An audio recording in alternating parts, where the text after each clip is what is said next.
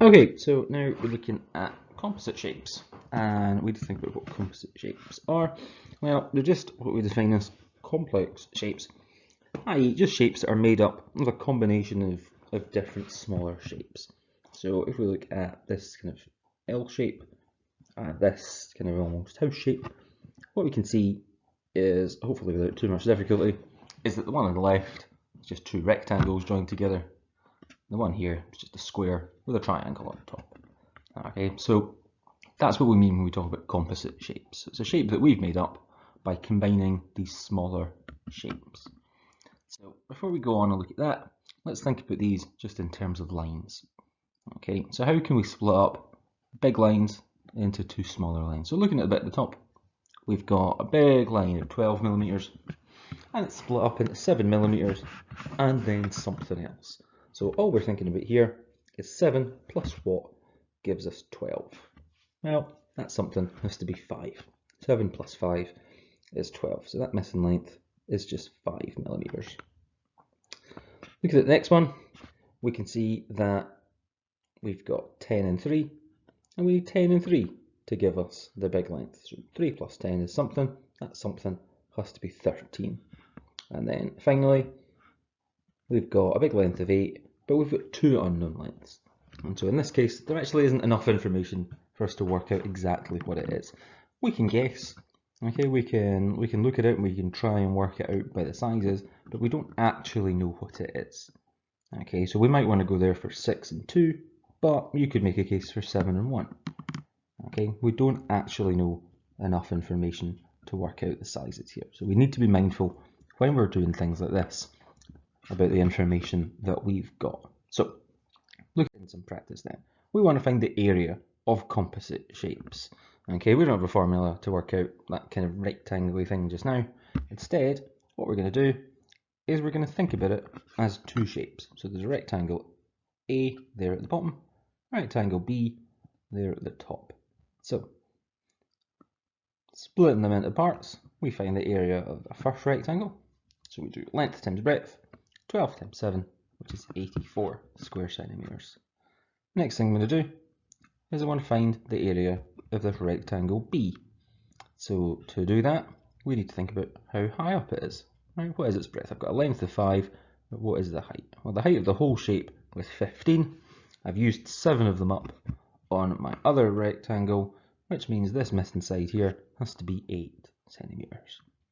So the area of rectangle B is 5 times 8. And that gives me an area there of 40. What I want to do is I want to find my total area. And so just like we did to make the shape, we're going to add A and B together. And so the area of A was 84, plus the area of B is 40, and that gives me 124 square centimetres in total. Looking at this one, okay, same idea. So what I'm going to do is I'm going to split it up into that shape A, and I've got my triangle B at the top. So again, taking this rectangle out, I can work out its area. So its area, 10 times 5 is 50 square centimetres here. Right? Nothing complicated about that one. What I need to make sure I do is find the height left for this triangle. If the whole thing was 14 and I've already used up 10, I'm missing 4. And so the height there needs to be 4 centimetres. Okay, remembering the way the shape was, okay, the base of that triangle is the same as the top of the rectangle, which is the same as the bottom of the rectangle. And so it just has a base there of 5. So working out the area of a triangle, I've got half times 5 times 4, which just comes out to be 10. So final thing I need to do is make sure I remember and add them back together. Okay, so it's not just the final number we get. Remember, there is an extra step. Just like we did to make the shape, we need to put the shapes back together. We need to add them together. So we get 50 plus 10, and that gives me a final answer of 60 square centimetres.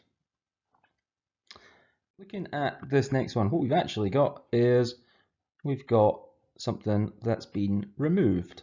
So we've got a kind of rectangle missing from this shape here. That's what this picture is supposed to try and kind of depict.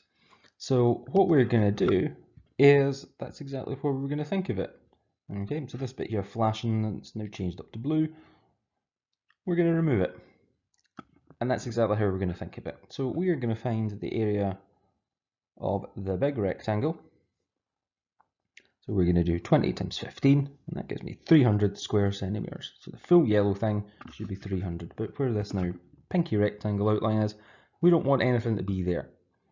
Okay, we don't want anything to be there to the size of this blue rectangle that we've removed. So we need to work out the area of the blue rectangle. So we're going to do area of the small rectangle is equal to 12 times 8, which is 96 square centimetres. And just like we actually did with the shapes, I'm going to take away the small area from the big area. So my total area here is 300 minus 96, which is 204 square centimetres. Okay, one more example, we'll look at taking away. I've got a big triangle, okay, the big blue one, and I'm going to take away this little red rectangle from down the bottom. And so first thing we're going to do is going to make sure that we can actually see it, so it's flashed up to be an orange colour, and we're going to shift it off to the side. So what I'm going to do here is I'm going to work out the area of the big blue triangle as a whole.